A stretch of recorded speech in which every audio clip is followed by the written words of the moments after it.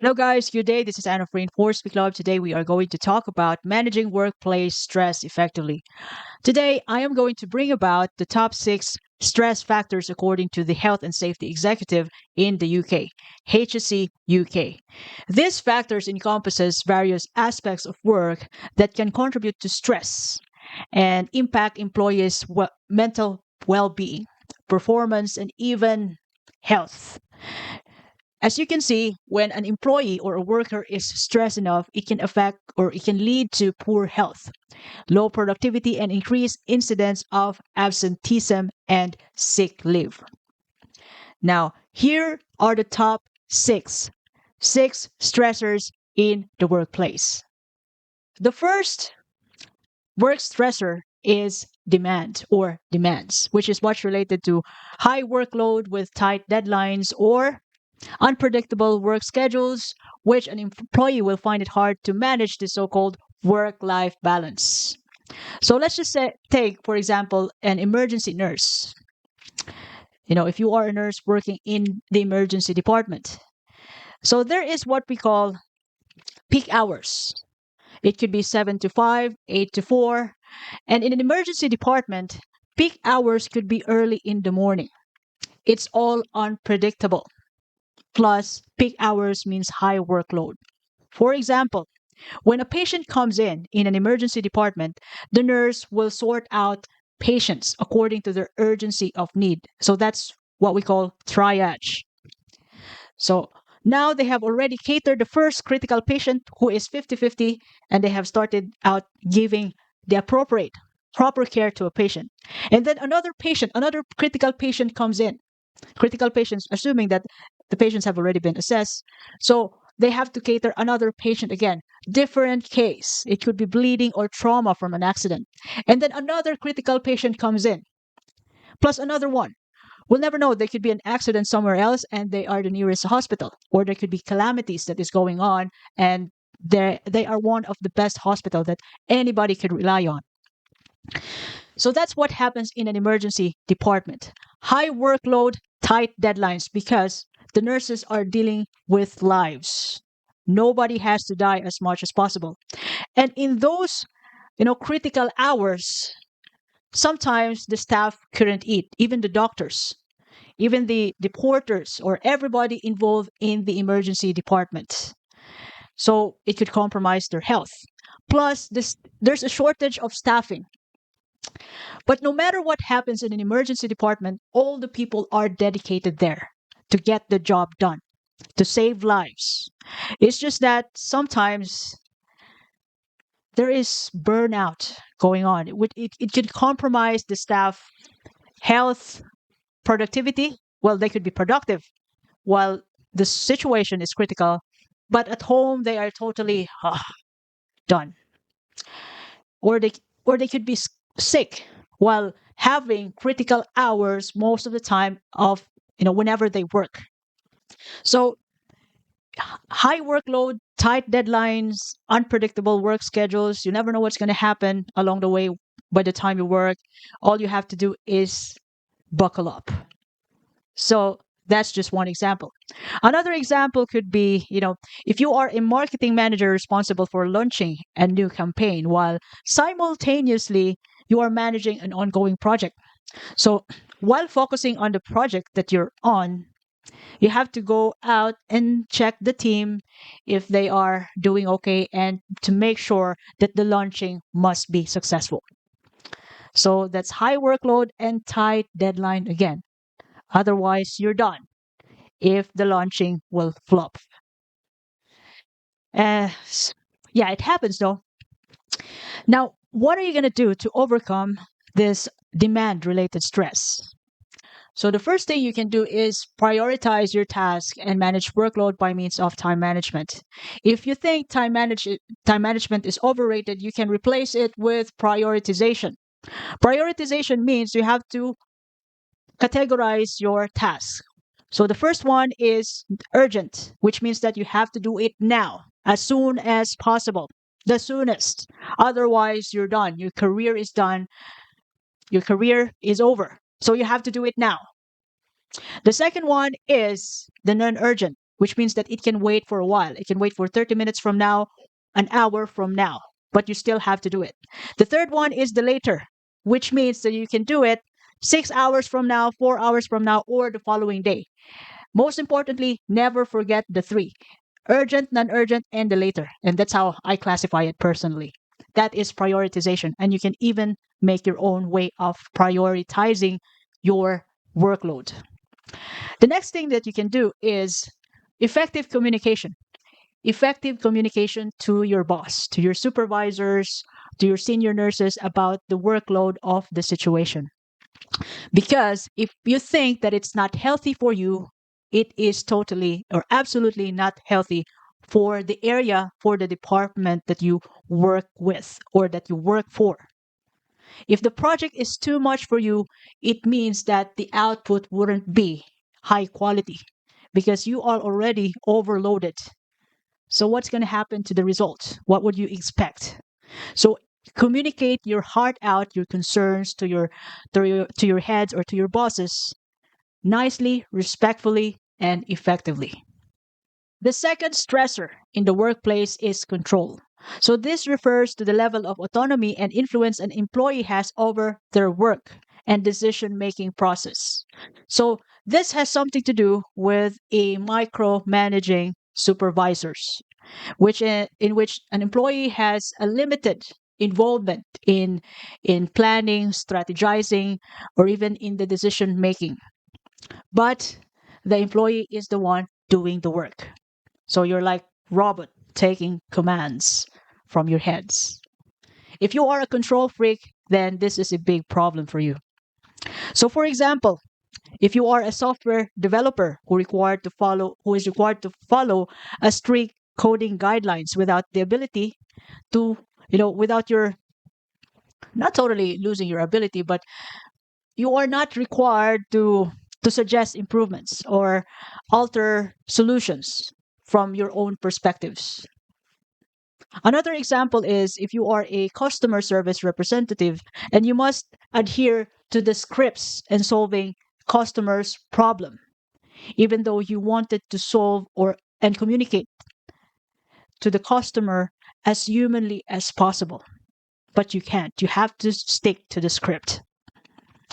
Now, that's quite daunting and it affects your work because it makes you feel like you are a robot.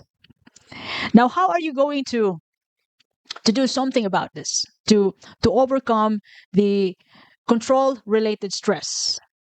The first thing is you have to advocate for more autonomy in your task and decision making process. And the only way you can do that is to openly and effectively communicate it to your supervisors. Express your need for control and involvement in the decision making, especially that it is your project. Another work related stress is support. So this has something to do with the, you know, encouragement, resources, and assistance available for the employees from their colleagues, supervisors, and from the organization. So lack of support means you're going to have an inadequate training and guidance for your new task or responsibilities. So, for example, if you are a foreign nurse and one of the European hospitals sponsored you to work for them, and as your training goes along, day after day, you have realized that you still need further training, further lecture, further guidance. And in some point, you realize that you don't get it. And you also need an emotional support, for your entire period of adjustment, since you are away from your family. So you also have to consider that. And you don't get it as of this moment. And that's quite stressful. And you have your new role in a new country. So in order to overcome that, it's important to really build relationship and trust to the people you work with, to your colleagues, to your supervisors, and everybody involved in your area. Build relationship. And once you build relationship, you can foster supportive environment. You can seek out good mentors and coaching in opportunities from your colleagues, from your favorite senior nurses, to enhance your skills and knowledge in the area, so that in the long run, once you've already adjusted yourself in your new role in a new country, you can even share or help your colleagues in the long run. You're going to help each other.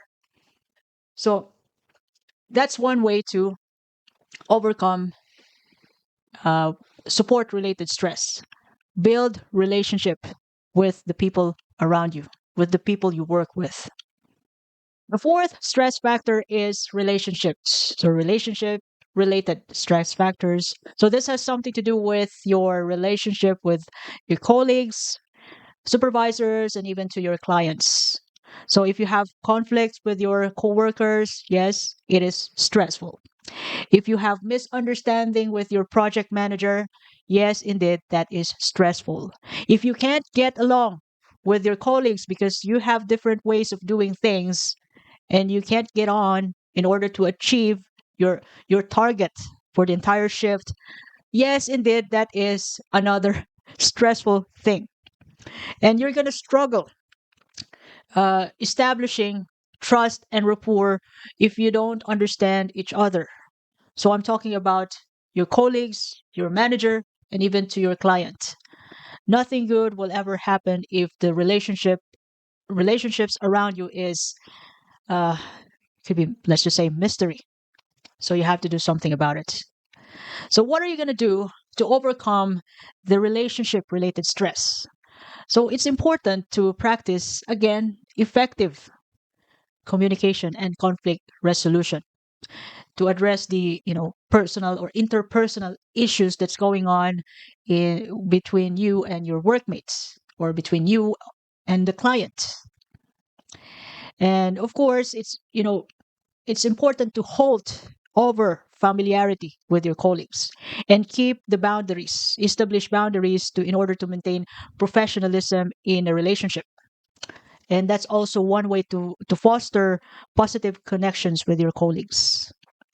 So once again, communication is another essential thing when it comes to relationship building, relationship stress, uh, uh relationship, well, how do you call that, related stress.